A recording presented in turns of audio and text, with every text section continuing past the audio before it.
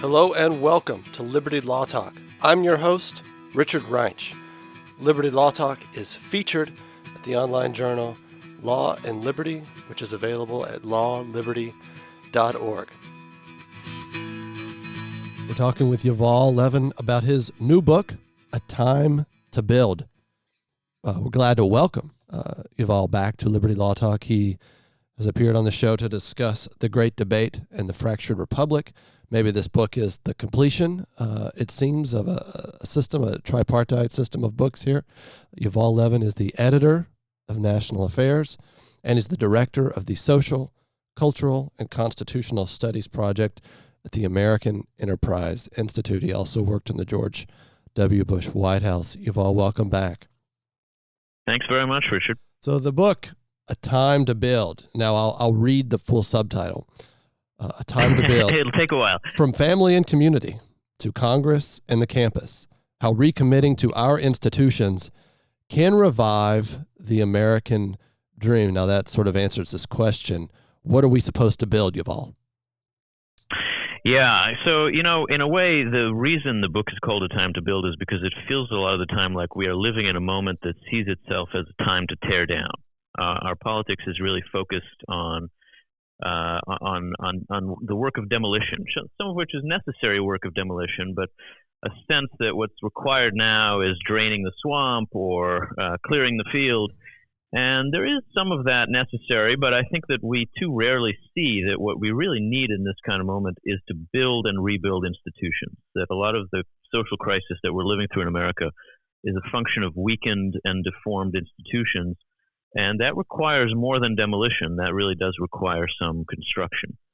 I want to read from the beginning of your book, page 2, and maybe get your comment here, because I thought it expresses well what you're saying.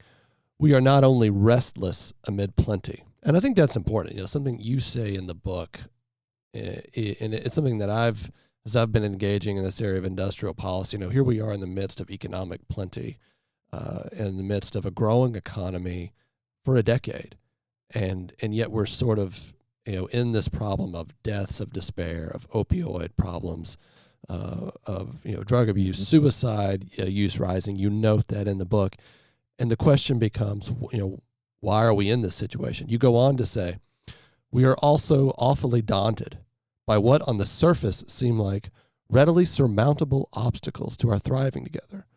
This is in part because we underestimate our strengths, but we underestimate and misconstrue the problems we face. We lack the grammar and vocabulary to talk about what is breaking down, so we can't even begin to do something about it. We look for diagnoses in the realms made visible to us by our sciences of society, but the troubles we find there are not sufficient to justify our despondent mood. Something has gone wrong somewhere else in some invisible realm, and we have been straining to perceive and describe what it might be. So what do you perceive? Yeah. The book really begins with that kind of mystery, where I think the reigning mood of our politics is darker than you would think it ought to be if you look at the normal measures of well-being, like economic well-being and like health and safety, and the sorts of things that we might first look to if we want to ask ourselves, why do Americans feel as though things are going in the wrong direction? And I think once you explore those, it looks like the problem is something that we don't see so easily. And I turn to the question of institutions because I think institutions are a kind of invisible infrastructure that underlie our social life. They make it all possible, but one of the reasons that we enjoy our freedom the way we do in our country is that we often don't see institutions, don't think about what it is they do, especially the formative work that they do. And that's great when they're strong. It means that we feel even more free than we are. But when they break down, we have real trouble knowing where to go to fix things. And one of the things this book tries to do is to make those institutions more visible, to articulate what it is they do and therefore what might be going wrong in this moment in ways that are not obvious from the usual kinds of social science statistics and economic data. So what is then an institution and why do they matter? Something you note in the book I think was right on. Institutions are frequently depicted as our enemy, has things that constrain Yeah. us, things that we need to be redeemed from, to come out of and be who we are, things like this. So what are they? And they're not in. This isn't really a political book. Maybe we could Hmm. say it's a work of political thought, but it's not really a political book. You're talking about a lot of institutions. We'll try and go through those in the interview. Yeah, I mean, I think the resistance to institutions, the sense that we don't need them, is a long-running thread in American social, cultural, and political life. American culture is rooted in a certain kind of individualistic Protestantism that wants to deny the need for mediation and for formative institutions. But ultimately, I describe institutions as the durable forms of our common life, the shapes, the structures of the things we do together. And we tend not to see them because we have a very individualistic understanding of ourselves and our culture and our society. And institutions are not individualistic. They're precisely the things we do together. And they're the ways in which we give shape and form to what we do together.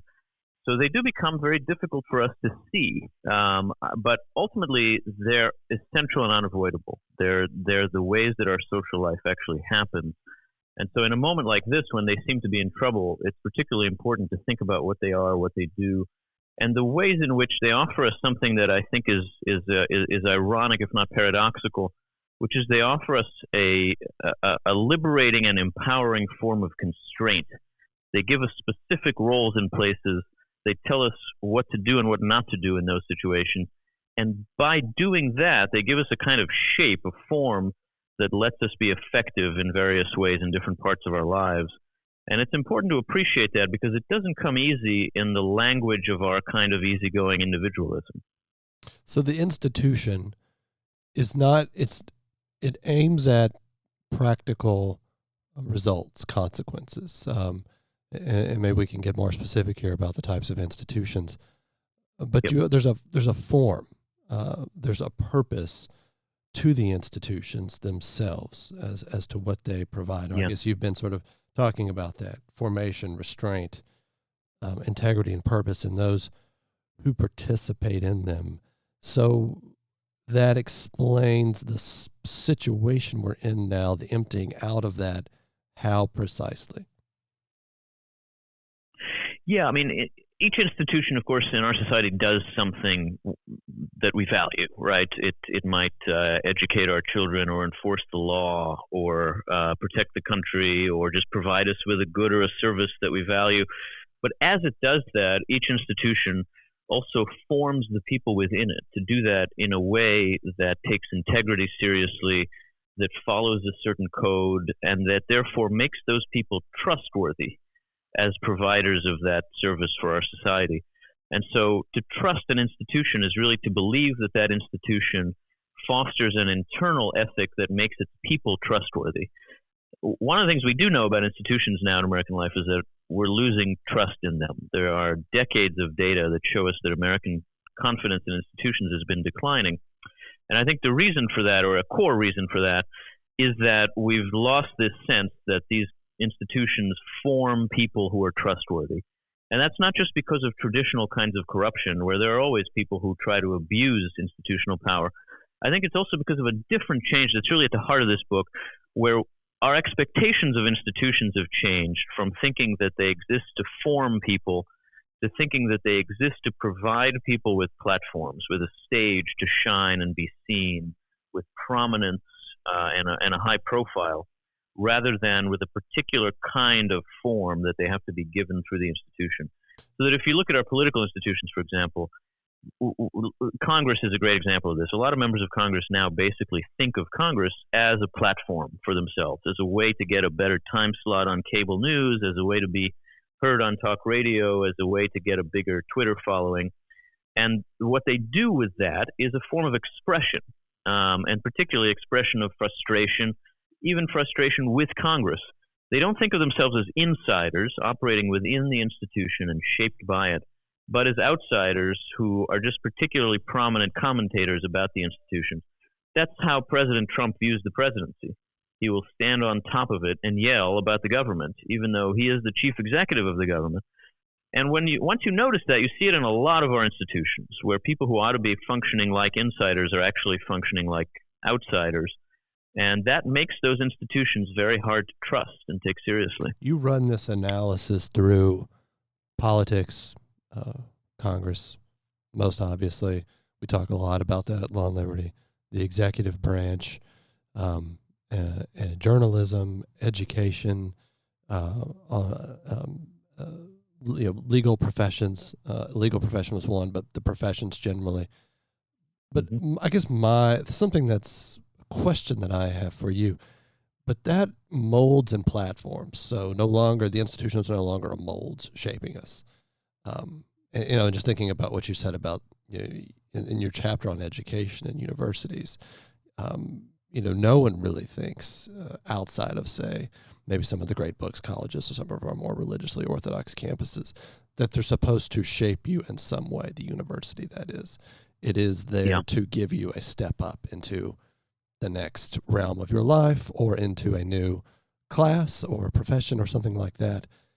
And but the contrast there would be, I thought, Calvin Coolidge's autobiographical account of his time at Amherst College, where there was a definite formation process at work: theology, philosophy, history, and this sort of expectation of becoming a man of that college. So we're not that far removed necessarily from what you're describing, but we are far removed from it, it seems, in the individualism, and the other side of that is the egalitarianism of our culture, that we somehow see these things, the formation process really has a threat to us. And that's something, and when we think, I don't know how one overcomes that other than just to say, wow, this is just really an unhappy situation. Maybe I really should look to tradition and the formation across generations that an institution can embody. Well, I think that's quite right. I mean, the ways that a lot of these prominent institutions, including educational institutions, which are unavoidably formative in one way or another, the way they understand themselves is often much more expressive and performative. I think of a friend who had a daughter who was at the age of starting to apply to colleges, and he showed me a brochure that she got from Brown, which at the very top said in big letters, "Be yourself." And, that's a strange way for a college to express to a potential student what it's all about. I think that if you look to the exceptions when it comes to American trust in institutions, ask yourself, what are the institutions we do still have high regard for? This difference becomes even clearer because the most significant exception is the military, which is one institution that Americans have higher regard for now than they did 2 generations ago. And the military is a formative institution. It is unabashedly formative. It takes a certain kind of human being and produces a different kind of human being who is more inclined to take seriously things like honor and duty and country. And we value the military not only because it's very good at protecting us from our enemies. We value the military because it produces trustworthy people. And we end up trusting it for that reason. A lot of our institutions could think of themselves that way and have reason to think of themselves that way, but very few of our institutions actually do think of themselves or present themselves that way to our larger society. And I think that does get to a kind of discomfort with the idea that we even require formation and formative institutions. You say this is not really a political book, and I think that's true, but it is a deeply conservative book in one sense, that it assumes an idea of the human person as beginning in a very imperfect form and requiring formation to become really capable of the freedom that we in this free society exercise. The idea of the human person at the heart of this argument is an imperfect fallen creature that requires formation. That's not the idea of the human person at the heart of a lot of our popular culture now and of our elite culture. We think of the human person more as just requiring a platform, a way to be seen and heard, to have status, to be regarded. And if that's what you think, then institutions really just ought to be platforms. But if you think we need formation, then a lot of our institutions need to rethink what kind of role they play in society. No, I mean, there's a sense in which, in your book, I think I mentioned in the beginning, I think your book sort of is the triptych here of what you've been doing maybe the past decade. Because your first book, The Great Debate, the debate being between Edmund Burke and Thomas Paine, could evidence this in a foundational sense. Thomas Paine released the shackles of society and let men be free and see what great things they do. Edmund Burke, well, freedom to what end? And freedom itself only matters through a process of what we're describing here, of formation and all of the ways in which the various parts of your civilization have contributed and embodied excellence about human nature. Do we form people well, and freedom becomes lovely?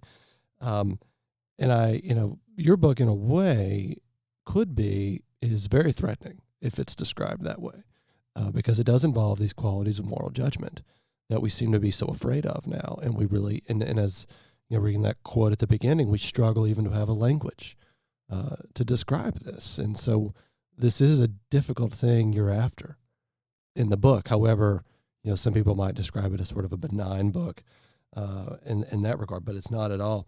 Talking about the military, one of the things that's interesting here as well, it seems the American military, if you look at public opinion polling in the 1970s, not hard to understand, not nearly as highly regarded as it is now. And maybe coming out of Vietnam and things like this. Yeah. But it recovers great credibility and is now the most trusted of our governing institutions in the country without parallel. Congress has, it is at 11%. The federal government, when they started asking these sorts of questions of trust and high regard, I think in the early 1970s, 1973, pretty high regard. That's obviously declined dramatically. And I won't even try and suss out all of the reasons for that. But the military itself is an interesting case. And even within higher education, the service academies, somebody says they went to Harvard, you think, oh, you're really smart. Good for you. Somebody says they went to West Point, and we think they're smart, but more naturally floods into our mind about that person. So maybe talk about that. Yeah, no, absolutely. And now I think part of the story here actually highlights the importance of thinking about where our starting point is for these trends. The story of American confidence in institutions is one kind of story if you begin it in the middle of the 20th century, when Americans had very unusually high confidence in institutions coming out of World War II, after the Depression, and really several decades of national mobilization. There was an incredible confidence in governing institutions, corporations, in the labor movement, in educational institutions. That began to decline somewhat by the middle of the 1960s, from what we can tell. Though, as you say, Gallup really started measuring this in the early 1970s. And so part of this is actually a kind of normalization. I mean, I think if you had checked in on the United States in the 19th century, you would probably not have found very high confidence in institutions, certainly not like the level that we found in the middle of the 20th century. But the most interesting story in this pattern, which quickly went beyond normalization, I think, to extremely low confidence in institutions, the interesting story is the military, which in the 1970s had unusually low public confidence, and that's partly because of Vietnam, I'm sure, and the sense that the military was part of this sort of complex that was being dishonest with the public. But I do think that it's also partially an explicit effort by the U.S. military to present itself and its role in our society as more than just fighting wars effectively, though that's extremely important and is its job, but as forming people, as forming men and women who are distinct in American life for the ways in which they take seriously certain core ideals. The military presents itself that way, and it actually is that way. And the public confidence in it, I think, has risen tremendously for that reason, as it has declined in a lot of other institutions that have presented themselves less that way and have come to understand themselves and to show themselves to the public much more as providing arenas for expression. The military has presented itself as providing an arena for formation. And I think that tells us a lot about what we value about institutions and what leads us to trust them. And not to keep on the military point, the United States Marine Corps, as many have noted, doesn't fail to meet its recruiting goals. And is seen as the most rigorous in terms of physical training and preparation to enter that branch, which I've always thought stands out. Mm-hmm.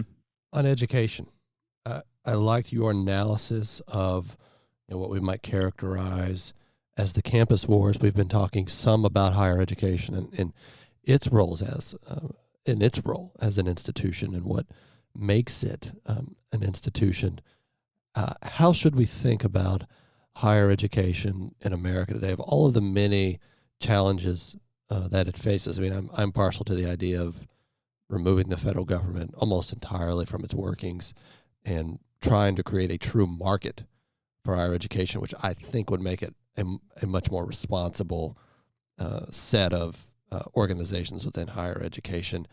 You probably don't disagree with that, but in the book you talk about more that needs to be done. And I also think we can get into your analysis of, say, the campus wars, which I think is also prescient.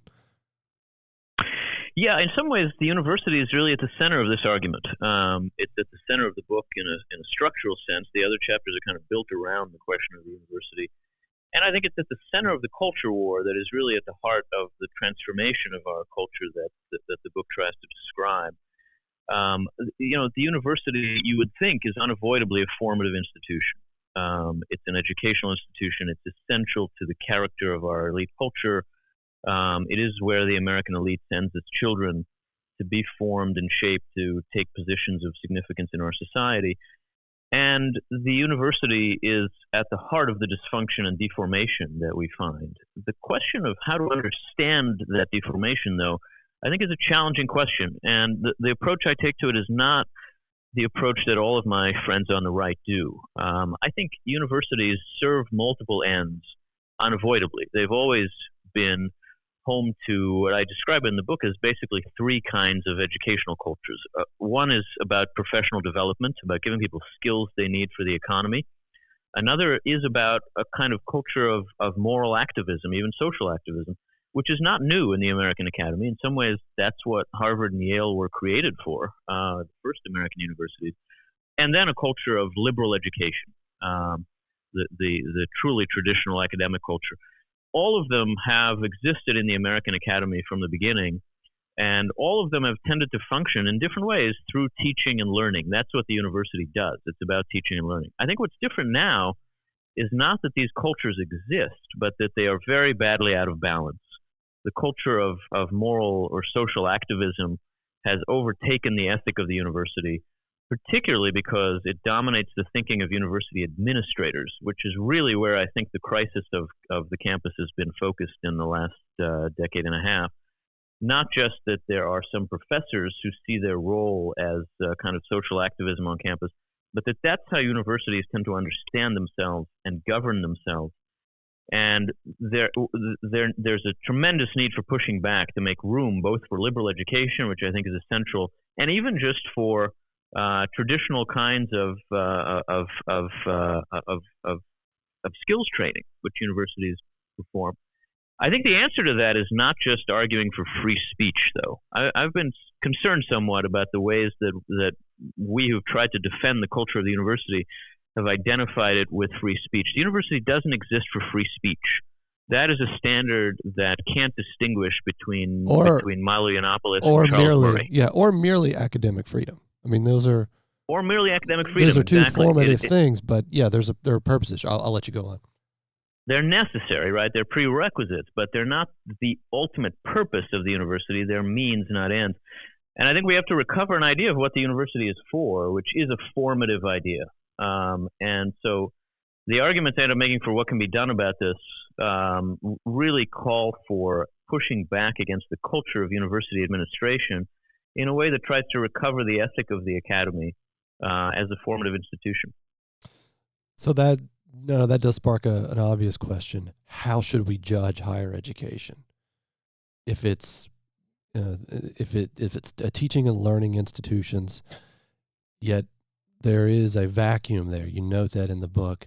There's a vacuum in our society, we could argue.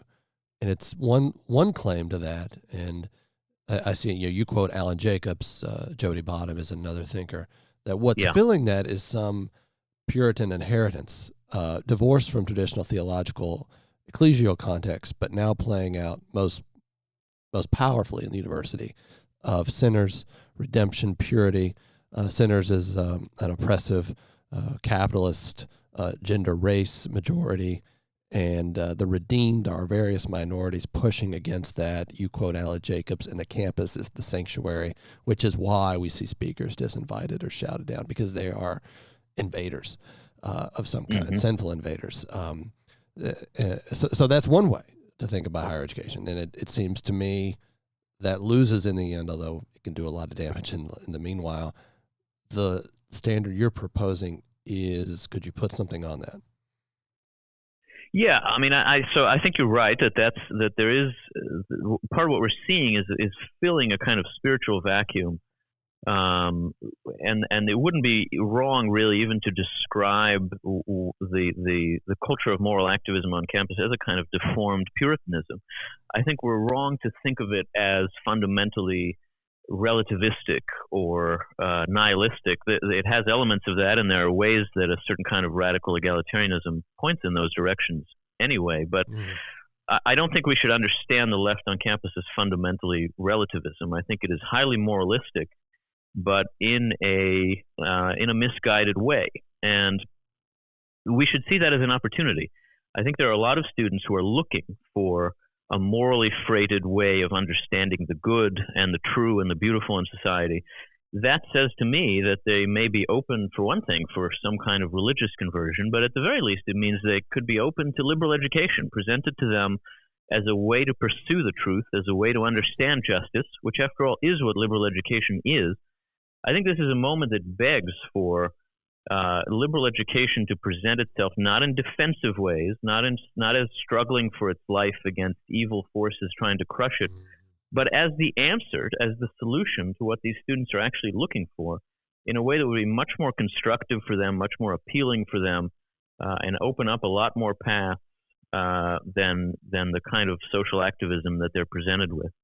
And so I think this has to be a time when those of us who care about liberal education on campus make the case for it in inviting and appealing ways. But too often, because that culture is under siege somewhat, the champions of liberal education seem alarmed and panicked and frightened, and that's not as attractive as it might be. I think we should think about how to gain converts more than just how to defend territory.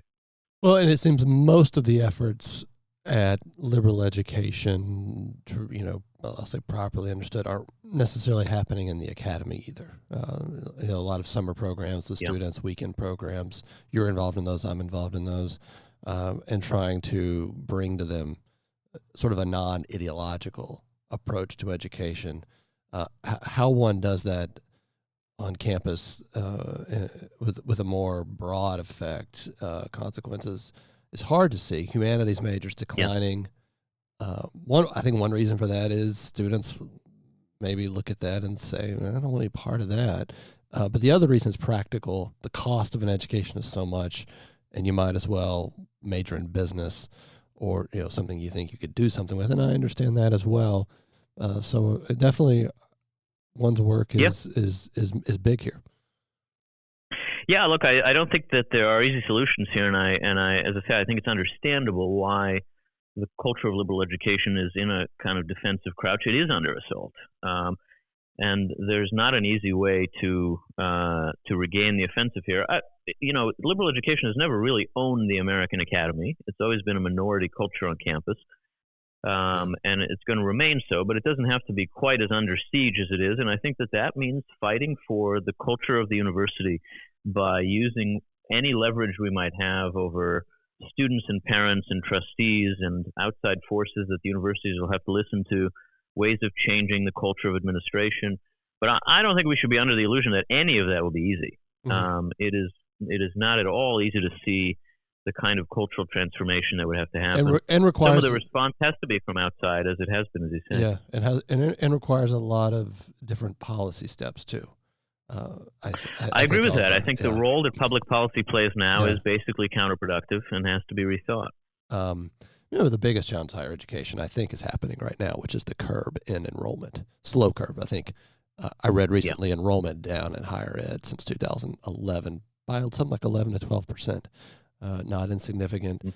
And if one thinks about the demographic challenges and how that will play out, a lot of institutions you discuss in the book, types of institutions, family, religion, politics, the professions. But I think discussion of higher education may naturally bleed into a discussion about our elites, which is also a Yes. huge part of the contention in our society, source of contention. And what you say about elites fits into this molds and platforms analysis. Interesting here. What is the crisis of the elites? Are our elites up to no good? Yeah, I mean, the book sort of ends with that question and views it through the lens of meritocracy, which is how we now think about the formation of elites in our society. We think about elites that way because the the elites that preceded our meritocracy, the kind of WASP elite that ran a lot of our institutions for a lot of American history, came to be perceived and even to perceive itself as too exclusive, as making it too difficult for people to rise into elite positions in our society in various ways. And I think that was true. But when we think about it that way, it keeps us from seeing that there are really two ways that elites have to legitimate their power and position in democratic societies, in egalitarian societies. One is about how people rise into the elite, but the second is about how elites use their power and use their positions and authority. And I think the problem we have today is much more about the second than about the first. And meritocracy contributes to that problem because it leaves our elites now thinking that their positions are earned, that their authority is legitimate by default, because they've been selected into elite institutions of higher education in particular, and then have had a kind of path to power in our society through that. And an elite that doesn't think it needs to be constrained is a very bad fit for a democratic society. It invites the kind of resistance and frustration and ultimately populism that we've seen. And I think it deserves that response. Our elites, in fact, don't think enough about how to constrain themselves in ways that could make it clear to the larger society that they're playing a legitimate and valuable role. And I think institutions have an enormous role to play in that because our elite institutions can constrain our elites in ways that put them to use for the larger society. That's what the professions do.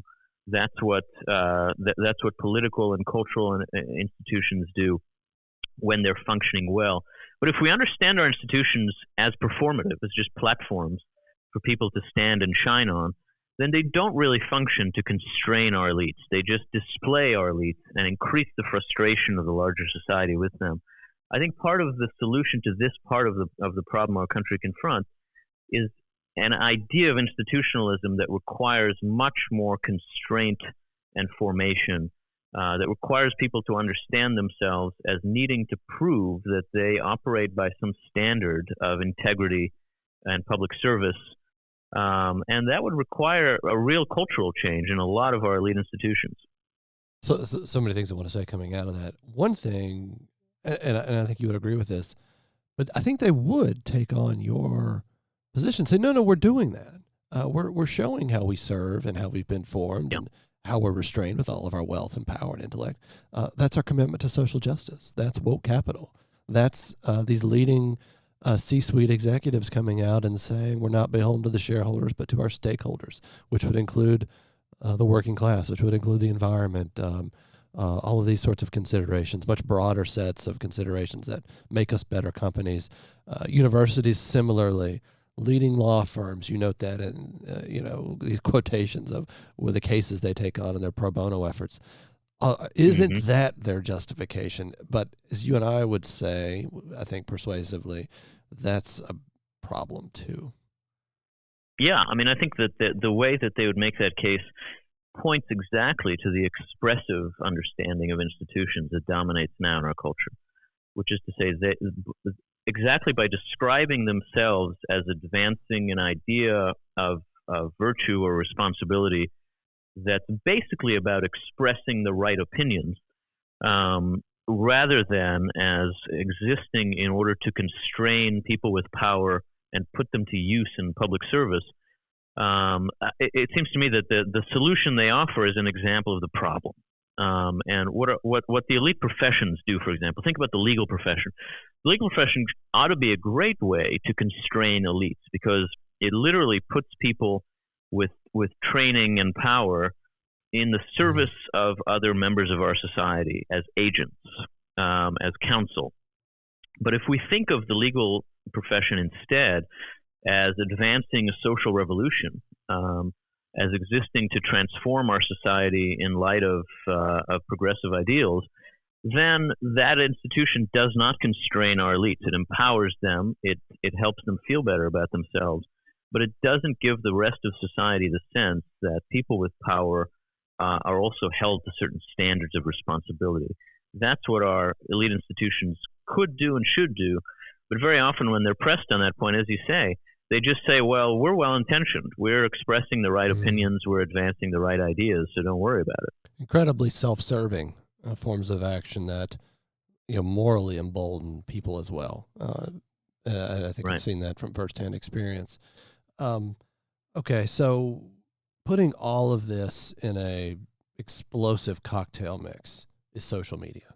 You have a great chapter, I think, and I told you that before the interview started on social media. Uh, I think as people read it, they'll recognize maybe their own actions on social media in it. But a larger role that you note is how expectations for social media, which I never bought, you probably never bought either, that it would bring us together and make us better and more communication, Hmm. information, et cetera. That hasn't really proven to be true. I think most people would now agree with you, even though everybody still rushes to engage in it. And Facebook and Yeah. Twitter are leading companies on the stock exchange, et cetera. But social media has led to fueled, it seems, this decline in institutions. Talk about your critique. Yeah, social media in a sense are native 21st century institutions, so that they arose in this in this period when what we expect of institutions is to serve as platforms and to display rather than form. And the social media institutions are platforms. I mean, we call them platforms because that's what they are. They're places where we can stand and be seen, and they encourage a kind of culture of exhibitionism. They turn us all into our own paparazzi. We hound ourselves for photographs, robbing ourselves of privacy for the sake of exposure. It's a very bizarre kind of thing when you step back and think about it. But I think more important than that, they come to substitute for what we understand to be the place of our social lives, a set of habits and practices that really aren't particularly social, and that aren't formative of suitable sort of social habits and norms. And ultimately, social media exacerbate these problems in other institutions. They serve as the name of the chapter in the book on social media is the informality machine. They serve to take forms out of the ways in which our other institutions operate. So if you think about, for example, how social media interacts with political journalism, which we talked about before, journalism is trusted to the extent that people think that it imposes some standards on the people who practice it. That it requires people to be edited and to some standards of verification and various kinds of layers of confirmation. And then you have prominent political journalists standing on their own on a platform on Twitter and just expressing their views and mixing it with what seems like reporting and effectively deprofessionalizing themselves in an ongoing way on Twitter. There's a way in which that's what social media does for all of us in all kinds of ways. It robs us of the forms that makes it possible for us to know who to trust and what to believe and what to take seriously, and makes it very difficult for our society to address the kinds of problems that arise out of our other institutions. Yeah, I mean, and it's interesting. Social media, it can be your own highlight reel, where you're always posting the best things about yourself to others, and it can Yeah, also be this place where you show the worst part of yourself to others, that's right. and you It want, confuses us yeah, about what's public and what's private, right? And you never quite know if you're talking to your friends or you're talking to the whole world. And so people do and say things on social media that would just never happen in the yeah, in the everyday world. And you stand there, your jaw drops, and you think, how could this person have done that? yeah. But the form of the interaction encourages it. There's a case for not everything being made public, certainly not in real time, and also, you get into these moments and you see people, you can tell they go on a 3-hour extended discussion on social media, and what's driving that is anger, adrenaline, passion, and so we're Yeah, not getting reasoned communication. But this has all been, this is transformed. It seems to me, transform might be too much of a word. It's changed the nature of political discourse in this country, and arguably Twitter helps get Donald Trump elected. It's hard for me to see him doing the things he did without Twitter and being able to speak directly to so many people. Many would say that's a good thing. I think it's more mixed, but it's, Twitter certainly never came along thinking it was going to get Donald Trump elected, but it did, I think. Yeah, I mean, Twitter itself, it's much smaller than Facebook, say, but I think because of the role that it plays in our elite culture in particular, it really has been just transformative of some facets of our public life, and it's had an enormous effect on politics, changing the basic nature of the discourse, the basic culture, and doing it in a way that by robbing it of forms makes it extremely difficult for politics to be substantive, for people to think before they speak, the kinds of things that are just essential for a democratic politics to function well, and to rise above the lowest possible level. And so my view of Twitter is just not mixed. I mean, I think it has been a disaster. You're not American on public Twitter. life. You're not on Twitter, are you? I'm not. No, I'm not. Yeah, that's interesting. I've noticed you're not on Twitter, and I've thought, John Podhoretz had a great piece in the New York Post talking about, because he was always on Twitter, constantly. I mean, I remember he would appear every time I opened my feed, and then he disappeared, and now I know why. He recognized a need to step back. But also, if we put this all together, it's not just the case, I don't think, and I don't think you're saying that social media like destroyed institutions. It does come along at a time when they're very weak, I think. And if we put together your analysis, you talk about, you say on page 15, if the absence we are experiencing looks like isolation, mistrust, and alienation, then it is also a shortage of belonging, confidence, and legitimacy. So we would have lonely, angry people at times, disconnected at times, not seeing themselves belonging to something. Bam, Twitter. Yeah, no, exactly. I don't blame it for these problems, but I think that it's made them worse in ways that we couldn't possibly have imagined when this got started. So here at the end, I want to go through one more very important institution in American life, and then also get into your case for commitment: religion and institutions. Talk about how you see it. It's interesting. You discuss at length Roman Catholicism and evangelical Protestantism, but also what's missing here, not necessarily from your analysis, but missing is the collapse of mainline Protestantism, which the repercussions for that, as Jody Bottom again, as noted, are tremendous.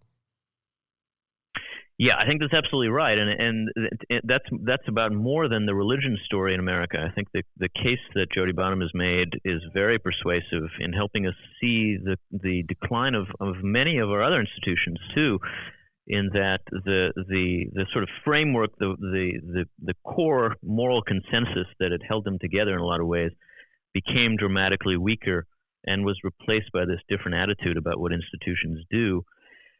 In talking about religion, the book focuses on Catholics and evangelicals, basically because those are the two largest religious groups in our society. I think that the patterns we find exist in many other religious denominations too. They certainly exist in the world that I know best of American Judaism.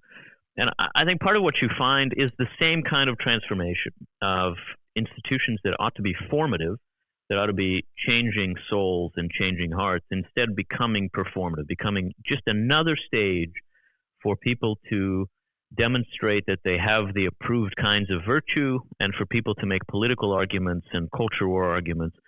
You find that all kinds of different institutions in our society that have different purposes and different roles and should have different cultures just become interchangeable stages and arenas for this kind of expression of cultural and political views, so that what happens at the New York Times just isn't very different from what happens at an elite college. They're both just places to yell about oppression. And in American religion, some of this happens on the right, where you find institutions that become just places to express the views of a political sect rather than the views of a religious tradition. And the effects of that, combined with certain kinds of celebrity culture that also is an acid poured onto our institutions, is to leave us without the kind of formation that these core institutions can offer us at their best. I don't want to paint too grim a picture of American life. This book is actually ultimately a hopeful book, but I think that the kinds of problems we're living with become much clearer and sharper when we see them through this sort of institutional lens. It is interesting. I've got feet. I mean, I was evangelical Protestant. Now I'm Roman Catholic. There is, an evangelical Protestantism. It seems to me, reading your book, it's a pretty thin group who think a lot about politics. And just looking around me in the suburbs of Indianapolis, evangelical Protestant churches are full, not just on Sunday, but throughout the week. They're offering a lot to people. It seems to me, and I've experienced that. Catholicism, well known betrayal and mistrust, which I've also lived with now for over a decade. And also there's another part of Catholicism too, which is a lack of confidence, I think, even in itself as an institution, apart from just the sexual scandals. And I say that about the Catholic Church in America, but it seems to me the collapse of mainline Protestantism is so large within American religious life. Catholicism and evangelical Protestantism really can't. Maybe they can take that on, but it's going to take a long time, and involves a lot of things. But this is crucial too, because how does one reach those who are alienated? Tocqueville features into your book. Sam Tocqueville has a way of describing religion being sort of one of these pre-liberal institutions that helps us think not only about our liberty, but also about its use or using it well, and both emboldening it but also limiting it. And that crucial factor being missing is huge and gets replaced by other things. Yeah, absolutely. And in a very Tocquevillian sense, it helps us grasp that we require formation, that we need that, both from religion and from other institutions. And seeing that, I think, is key to any path forward for us from these particular kinds of problems that our society faces now. So that I think American religion has an absolutely central role to play in any recovery along these lines. Okay, so the case for commitment. So how are we going to build these institutions? Because that in itself is the long, patient work, it seems to me. It also seems to me building institutions is inherently a work of elites at a basic level. It's also. But I'll let you maybe end with that. Yeah, I think that's true in some ways, but we all have a role to play in some set of institutions. Some people have roles to play in elite institutions or in national institutions. Some people have roles to play in the institutions right around them, in local institutions, whether that's educational or work or religion or family and community and civic life. It seems to me that the first step toward a recovery, if the problem is roughly along the lines that I've described it, is for us to try to think of ourselves through the lens of these institutions a little more, to ask the question that is really the great unasked question of American life right now, which is, given my role here, how should I behave? Given that I am a member of Congress or a CEO or a worker or a member of the clergy or a congregant or a parent or a neighbor or the vice principal of this elementary school, what should I do in this situation? I think the people who we look up to in our lives are people who seem to ask that question before they make important judgments. The people who drive us crazy in America, who we think are part of the problem, are people who seem to never ask that question when they should. So that we could each begin by trying to force ourselves to think that way when we have to make decisions. That's a small step, but if we each take that small step, then I think we could really make some progress on these problems. And beyond that, there's a real need for institutional reform, and the book tries in different ways, by thinking about the different institutions that it takes up, to suggest some ways that the incentives that confront people in these different institutions could be changed, that the way we think about the purpose of these institutions could be clearer. But that kind of institutional reform requires first recognizing the problem in these terms, and requires us really to see the need to think institutionally in different parts of our lives. And so I think it really does begin with a change of attitude. And ultimately, the book is hopeful that this can happen because I think people do see the problem, and there aren't very many people who are just happy with the status quo. But it's no easy thing, and it will require real cultural change. It can only happen over time and from the bottom up. Yuval Levin, thank you so much for discussing your new book with us, A Time to Build. It's been Thank great. you. This is Richard Reinsch. You've been listening to another episode of Liberty Law Talk, available at lawliberty.org.